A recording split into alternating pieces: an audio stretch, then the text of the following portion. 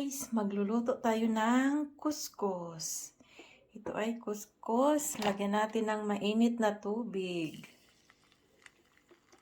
Ayan. Tubig lang na tama-tama para maluto siya. Ayan, hayaan natin yan na maluto. Ma-dissolve yung hot water. Okay. Ayan na ang ating kuskus. Luto na. At ito ay igisa ko siya, haluin, lagyan ng mga gulay. Ayan guys, alam nyo naman kung anong mga gulay yan, ipanghalo ko. Ayan, yan, bell pepper. Ayan. Okay guys, gisahin natin yan.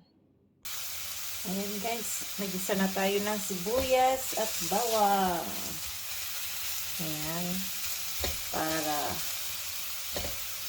igisa yung mga gulay-gulay, tsaka halo, ilagay na yung kuskus.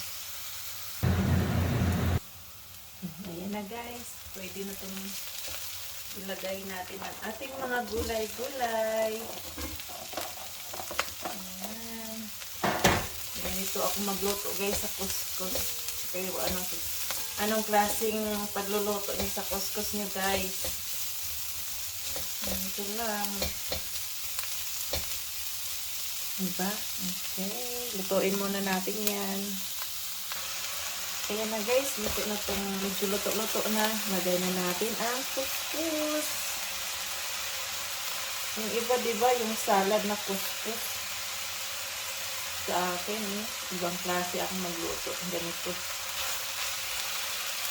Ganyan. Diba? Partner nito isda.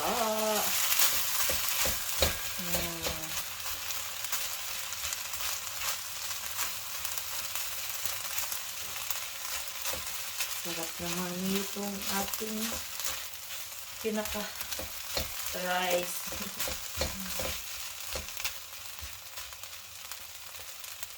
Ilagay natin yung bell pepper.